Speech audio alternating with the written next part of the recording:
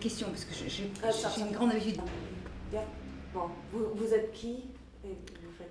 Je suis avant tout vice-présidente d'une fondation qui lutte contre l'insécurité routière, la fondation Anne Sellier, qui a été créée au moment justement où une jeune fille est morte tuée par un chauffard ivre. Je suis accessoirement avocat, ce qui m'aide dans ce combat. D'accord. Est-ce que ça vous étonne que la princesse Diana est rentrée dans une voiture avec un monsieur qui était ivre? C'est normal. Alors, normal, c'est une autre question. Est-ce que ça m'étonne? Oui. Si ce n'est que, voyez-vous, le danger de l'alcoolémie, c'est que très souvent, on ne se rend pas compte que quelqu'un est dans un état d'alcoolémie avancée. Et qu'aujourd'hui, on sait que pour que ça soit visuel, c'est-à-dire pour qu'on ait peur de monter avec quelqu'un, il faut qu'il ait au moins 2,5 grammes, voire 3 grammes. Donc j'ai eu, moi, des cas absolument désastreux, d'ailleurs, où des jeunes filles sont mortes parce qu'elles étaient montées avec un copain et qu'elles ignoraient qu'il était dans un état d'alcoolémie avancée. À 1,80 g, ça se voit pas beaucoup et pourtant ça a des conséquences dramatiques sur les réflexes et sur la vision, sur la perception de la route. Ça arrive bien sûr partout dans le monde où les gens boivent. Mais est-ce que c'est un problème qui est spécialement grave en France?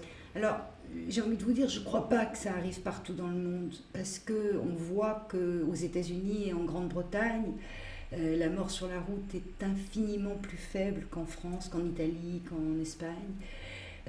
Et en ce qui concerne la France, il y a 5000 personnes qui meurent chaque année à cause de ça. Et si on a une telle mortalité, c'est parce que je crois qu'il n'y a pas de volonté politique de mettre un terme à ce qui est au fond un véritable massacre. Et en particulier des jeunes. Les jeunes meurent énormément en France à cause de l'alcool.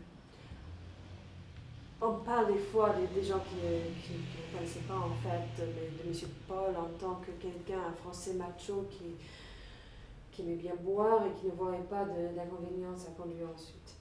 À votre avis, est-ce que ce stéréotype se trouve partout en France, ce genre de machoïsme, cette idée on peut tout faire? Alors, complètement, le délinquant routier, c'est-à-dire la personne qui tue au volant, soit en état d'alcoolémie, soit en état d'extrême vitesse, correspond à une personnalité très typique qu'il est facile de cerner, c'est-à-dire c'est l'homme, hein, pas la femme, l'homme, pour qui la voiture est une forme de puissance sexuelle, puissance sociale. Et l'alcool au volant, c'est également une manière de surmonter peut-être certains complexes, certains problèmes personnels, et d'être un homme au sens complètement idiot du terme, tel que les Français peuvent le comprendre et le croire. Est-ce que vous connaissez avec Prozac? Vous avez des... Alors, il y a une nouvelle forme de mort sur la route, c'est effectivement l'association alcool plus tranquillisant. Là également, il y a une dérive épouvantable en France, puisqu'on est un pays très consommateur de tranquillisants.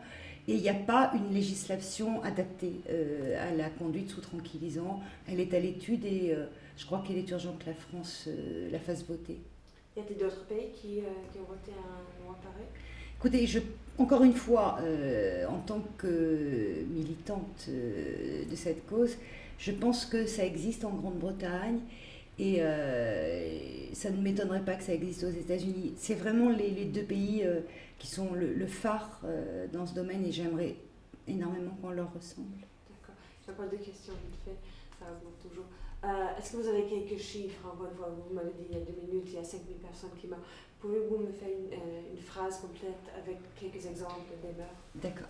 En France, il y a 180 000 accidents par an. Sur ces 180 000, il y a 10 000 personnes qui vont mourir. Avec la réserve suivante, c'est qu'en France, on compte les morts à 6 jours. C'est-à-dire que si vous avez la chance de mourir le 7e jour, vous rentrez dans la catégorie des blessés et non plus dans la catégorie des morts, alors que dans tous les autres pays, on les compte à 30 jours, les morts. Il y a 43 000 personnes qui resteront handicapées à vie, c'est-à-dire qui vivront une vie qui n'en est plus une. Et le reste, par un effet de soustraction, sont des gens qui sont quand même profondément atteints dans leur corps et dans leur cœur, car je crois qu'on ne se remet jamais d'un accident d'auto. Vous avez eu un accident? Oui, j'ai eu un accident d'auto très grave et je crois qu'il y a toujours l'avant et l'après, c'est notre vie. même si on remarche, si on reparle, si on revit différemment. D'accord. Donc la dernière question. Là, on a eu des résultats des prises de sang 24 heures après. Donc, à votre avis, est-ce que là, on traite la mort de Princesse Diana comme tous les autres cas ou est-ce que c'est différent?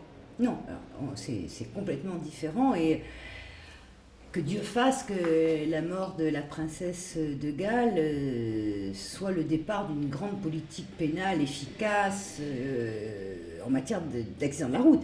Mais alors, c'est vrai que les contrôles d'alcoolémie sont faits en France, hein, mais les familles attendent en règle générale 3 mois, voire 4 mois avant de connaître réellement les circonstances de l'accident, le taux d'alcoolémie du chauffeur.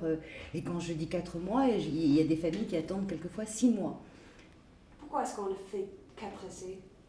On ne fait pas 4 essais, c'est très spécifique au cas de la princesse de Galles. On fait en règle générale un contrôle en France et si la personne qui a été contrôlée demande un second contrôle, on en fait un second. Il n'y en a jamais plus que 2. Et pourquoi est-ce qu'ils font 4 cette fois-ci? Parce que je crois qu'il y a une jurisprudence princière. Mais ça sert, est-ce que ça peut servir à quelque chose de le faire quelque part ou non? Ah, écoutez, moi tout ce qui se passe, en tout cas en ce moment, me servira. Moi qui défends des victimes qui n'ont pas de titres royaux, parce que je demanderai maintenant à ce que la France soit un véritable état de droit et que ce qui s'est fait pour la mort de la princesse de Galles se fasse pour les autres personnes victimes d'accidents en France. D'accord. Dernière question. Dernière question. Oui, c'est vraiment la dernière. Sans les paparazzi, quelles sont les chances que cet accident, est-ce que cet accident aurait eu lieu compte tenu de...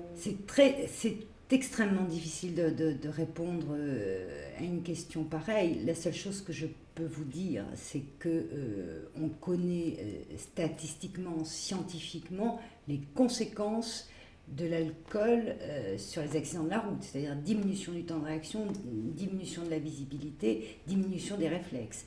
On sait que la vitesse est à l'origine de 45% des accidents d'auto et l'alcool 30%, ce qui dans le cas de M. Paul nous fait 85%.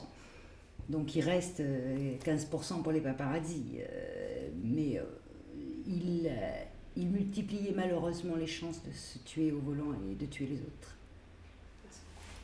Quand je vous ai dit 4 questions, c'était vraiment pour vous 4 questions. Et puis, c'est pas grave. C'est l'étranger, puis je suis rentrée à cause de Diana. D'accord. Alors on fait ça tous les jours. Non. C'est très très secret en France, très difficile. Bah, c'est-à-dire qu'en France, il faut connaître le circuit. Il y a des journalistes qui sont hyper copains avec des flics ou avec des avocats. En France, les infos, vous les avez par les avocats, essentiellement. Ou pas. 75, c'est pas grave. Tu as raison.